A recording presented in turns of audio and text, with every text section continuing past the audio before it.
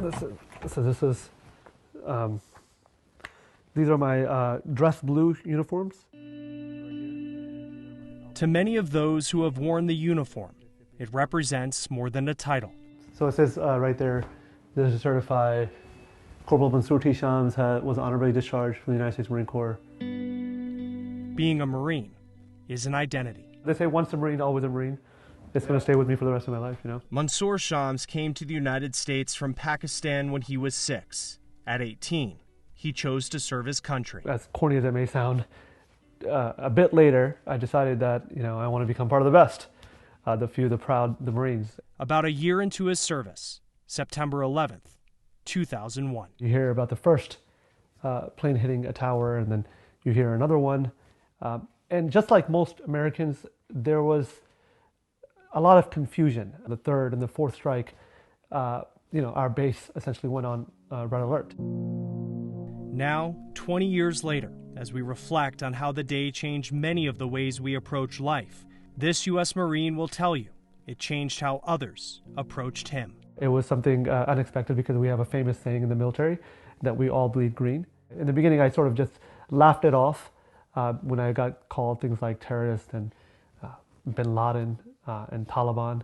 But after some time, it clearly started getting to me. I don't think that the entire Marine Corps or the U.S. military is a bunch of racists or bigots. But racism and bigotry and hatred, phobias, Islamophobia, do exist within the ranks of the military. And that showed clearly for me as a Marine who was serving prior to 9/11, when 9/11 took place and after 9/11. Even though Muslim Americans are among the close to 3,000 people killed on 9/11, and at Arlington National Cemetery, tombstones mark where many have given their lives for this country, assaults against Muslims rose in the years after 9/11, increasing by more than 7 times in 2001 alone. 19 individuals, so-called Muslims, have, you know, essentially, affected an entire faith of 1.8 billion plus people around the world, which is so crazy. It's so unjust. In the face of hate, Mansoor tried educating those he served with. I helped some Marines, but I wasn't able to remove the phobias out of, you know, many others. So I have my website up. Today, as a civilian, he continues the work as the founder of MuslimMarine.org. Resources for people who just want to learn and